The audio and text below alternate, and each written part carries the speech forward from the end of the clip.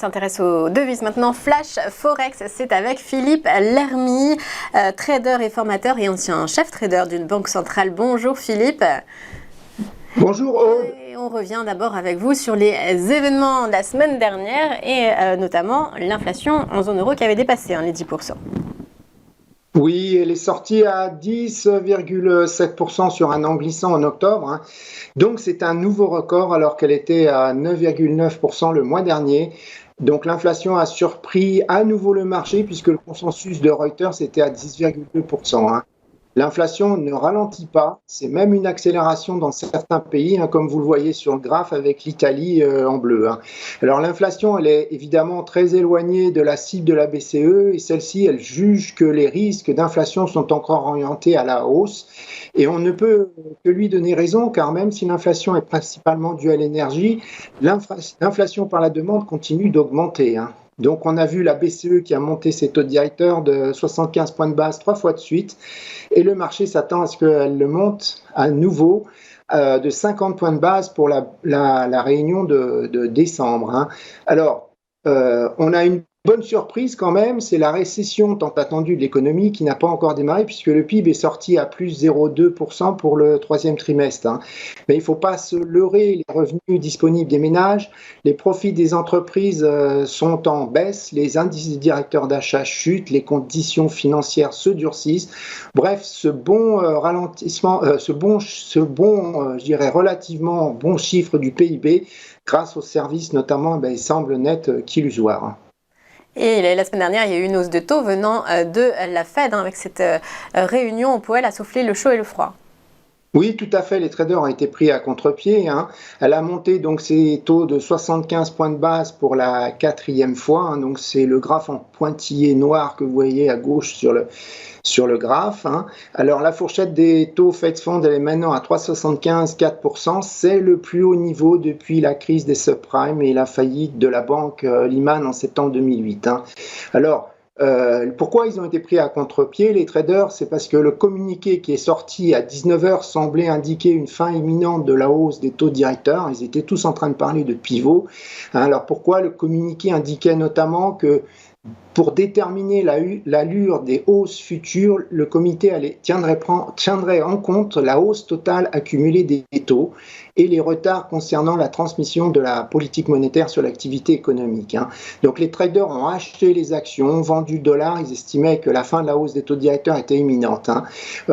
Donc on l'a vu, ça a été assez brutal, l'eurodoll a fait environ 100 pips sur l'annonce. Et puis après, retour de bâton, lors de la conférence, Powell a délivré un message beaucoup plus agressif. Alors il a précisé, alors je le cite, qu'il était toujours nécessaire d'augmenter les taux directeurs, qu'il ne pensait pas avoir été trop rapide et qu'il y avait encore beaucoup de chemin à faire, que c'était très prématuré de penser à faire une pause dans la hausse.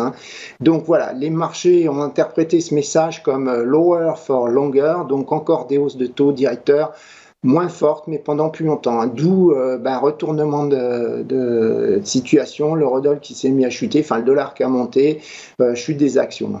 Et puis vendredi, on a regardé ce rapport sur l'emploi avec des créations d'emplois quand même au-dessus du consensus. Oui, mais en fait, le rapport est en demi-teinte, parce que même si elles sont sorties meilleures qu'attendues à 63 000 contre 200 000, le taux de 200 000, 190, 210 000, c'est ce qu'il y avait à peu près, mais le taux de chômage, il remonte fortement à 3,7%. Comparé à 3,5 le mois dernier, il y a eu donc 306 000 chômeurs en plus. Puis si on regarde le sondage des ménages qui sort en même temps, celui-ci montre une destruction de 328 000 emplois et non pas une création. Ce qui annule donc, et contrarie l'augmentation du nombre d'emplois que nous indiquent les NFP, les non-farm payrolls, ces emplois non agricoles. C'est pour ça qu'on a vu l'eurodoll qui a d'abord baissé initialement et après il a monté plus fortement. Alors, il n'y a pas eu que ça. Dans le mouvement, il y a eu aussi une nouvelle qui est sortie, des rumeurs concernant la Chine qui ont fait baisser le dollar assez fortement, donc monter l'eurodoll. Enfin, on en parlera après. Hein. Donc au final, il est fort probable que ce rapport ne changera pas les anticipations de la Fed, car même si ce rapport de l'emploi, comme je vous l'ai dit, est en demi-teinte, hein, il y a toujours 1,85 offres d'emploi disponibles par chômeur. Hein. Donc on en rêverait en France. Hein.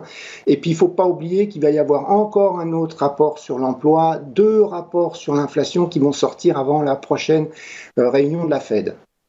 Et on regarde aussi ce qui s'est passé du côté du Royaume-Uni avec la Banque d'Angleterre qui n'a pas hésité à relever fortement ses taux malgré les récents développements politiques. Oui, alors le marché il était partagé entre une hausse de 50 points de base et de 75 points de base. Hein. Donc finalement, la Banque d'Angleterre a opté pour 75 points de base. Hein. Alors ça porte le taux directeur, le bank rate, à 3%. On remarquera qu'il y a eu 2 dissidents, hein, donc Madame Dingra qui aurait préféré 50 points de base et Madame Tenrero, alors là c'est plus, enfin moins je dirais, seulement 25 points de base. Hein. La Banque centrale a mis aussi à jour ses prévisions à la baisse. Hein, elle prévoit toujours une récession qui va durer 2 ans. Mais maintenant, elle prévoit une récession plus forte en 2023 avec moins 1,5% et moins 1% en 2024. Hein. Voilà, les chiffres sont pas beaux. Alors même si elle voit l'inflation baisser, elle voyait précédemment 13% pour 2022, maintenant elle voit 10,25%, mais elle voit encore 5,5%, 25% en 2023, 1,5% en 2024 et carrément 0% d'inflation en 2025. Hein. Donc une inflation qui va passer sous la cible de la Banque centrale à partir de 2024. Hein. Alors on notera aussi que ces prévisions ne tiennent pas en compte le durcissement fiscal qui est annoncé par le nouveau gouvernement de M. Sunak. Hein. Alors la Banque centrale a annoncé d'autres hausses de taux futures afin de maintenir un retour garanti vers la cible d'inflation. Hein. Donc le marché s'attend à 50 points de base en décembre et 50 ou 25 points de base en février avec un risque d'autres hausses en 2023. Donc voilà, ce qu'on voit, c'est que le taux terminal de la Banque centrale est plus faible que celui qui avait anticipé le marché, ce qui explique, avec la récession prolongée annoncée plus forte d'après elle, pourquoi la livre sterling n'a pas bénéficié de cette hausse de taux directeur. Et on regarde maintenant ce qui va se passer cette semaine avec, à commencer par demain, les élections midterms aux États-Unis. Oui, alors avant tout, n'oubliez pas qu'à partir de ce week-end, enfin du week-end prochain, les USA passent à leur tour à l'heure d'hiver. Hein. Donc ça veut dire que la bourse de Wall Street va à nouveau ouvrir à 15h30 et que les chiffres américains sortiront à nouveau à 14h30 et 16h.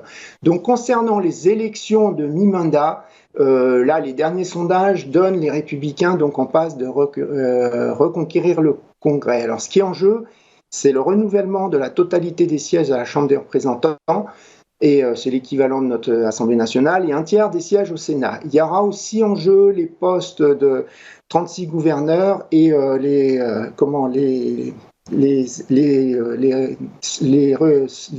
officiels qui valident les élections dans chaque État. Hein. Donc c'est important. Alors d'après, quand on regarde les sondages, le modèle mathématique par exemple de 538, hein, qui s'appuie sur un panel de sondages, les républicains remporteraient entre 52 et 54 sièges au Sénat contre 45 pour les démocrates.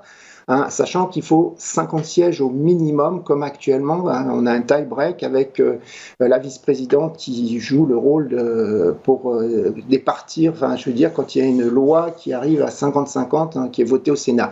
Alors, qu'est-ce qu'on a aussi? Les républicains, ils remporteraient entre 221 et 248 sièges à la Chambre des représentants, sachant qu'il faut minimum 218 sièges pour la majorité. Hein. Donc la réalité, c'est que contrairement à la France, le paysage politique américain, il est bipolarisé, vous le savez, avec 2 grands partis et seulement quelques indépendants. Alors ça veut dire quoi? Ça veut dire que les traders, ils ne vont pas attendre les résultats officiels, hein, qui ont mis plusieurs jours en 2020 à sortir. Donc ils vont surveiller les résultats de sortie des urnes uniquement des swing states pour prendre des positions. En clair, ça veut dire qu'il y a seulement 8 sièges qui semblent indécis au Sénat et seulement 33 à la Chambre des représentants. Alors on pourrait se poser la question, quels seraient les impacts, je dirais, d'une prise de contrôle du Congrès par les républicains? Bon, Il faut savoir que déjà, habituellement, ces élections, elles sont considérées comme un référendum pour les présidentielles de 2024. Hein. Donc on voit déjà comment Donald Trump, qui avec les sondages, il est déjà en train de chanter sur tous les toits qu'il va revenir. Bon, plus concrètement, on a la capacité du président Biden qui serait limitée à ses pouvoirs exécutifs. Hein. Ça veut dire que ça pourrait impliquer que tout stimulus fiscal agressif de la Maison-Blanche, il sera bloqué par le Congrès. Hein, donc, toute mesure budgétaire concernant le climat, avec les incitations fiscales, les financements pour une énergie propre seront remises en cause. Hein. Après, qu'est-ce qui va se passer? Quelle serait la stratégie de la Maison-Blanche concernant le conflit ukrainien pour lequel le gouvernement a déjà engagé 18 milliards de dollars? Hein. On a notamment le leader républicain de la Chambre des représentants, Kevin McCarthy, qui a déclaré mi-octobre, alors je le cite, hein, je ne pense pas que les gens vont rester sans rien dire en pleine récession.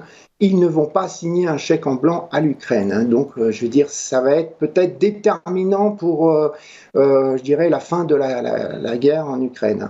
Alors, le graphe, il vous montre à l'écran que depuis 1960, si on prend comme base de départ le niveau du S&P 500, hein, 90 jours avant les élections, et donc on voit que c'est lors des années où il y a des élections de mi-mandat que la performance moyenne est meilleure. Hein, alors évidemment, il ne faut pas oublier tous les autres événements, la Fed, la guerre en Ukraine, la Chine qui sont en concurrence avec ces statistiques du passé. Hein. Mais pour ceux qui veulent en savoir plus, hein, notamment comment les traders institutionnels élaborent leur stratégie de trading pour ces élections, je vais animer un webinaire ce soir à ce sujet, donc vous rendez-vous sur mon site pour vous inscrire. Hein. Oui, sur votre site, donc traderchange.com. Et puis, on regardera bien sûr jeudi l'inflation américaine. Oui, alors il y a une légère baisse qui est attendue, mais elle est probablement temporaire. Hein. L'inflation, elle est attendue en légère baisse à 8% sur un an glissant contre 8,2% le mois dernier. Et hors alimentation et l'énergie, elle est anticipée à 6,5 contre 6,6 le mois dernier. Alors, si l'inflation sort en alimentation et énergie comme attendu, hein, puisque c'est celle qui préoccupe le plus que la Fed, c'est-à-dire en hausse de plus 0,5% sur un mois, cela fera la 11e fois sur les 13 derniers mois que ce chiffre est publié à plus de 0,5%. Hein, donc comme vous le voyez sur le graphe, les Américains n'arrêtent pas de consommer, notamment dans le secteur des services. Hein. On a le prix des ventes des maisons qui diminue, mais en fait, il y a un effet retard sur le prix des loyers, car ceux-ci continuent de monter, et ça, c'est une préoccupation. C'est ce qu'on appelle de la sticky inflation. Hein. Et il faut savoir que les prix des loyers, ils comptent pour un tiers du panier de la ménagère américaine, je dirais. Donc, c'est très important. Donc, on peut penser que s'il y a une baisse de l'inflation, elle n'est que temporaire.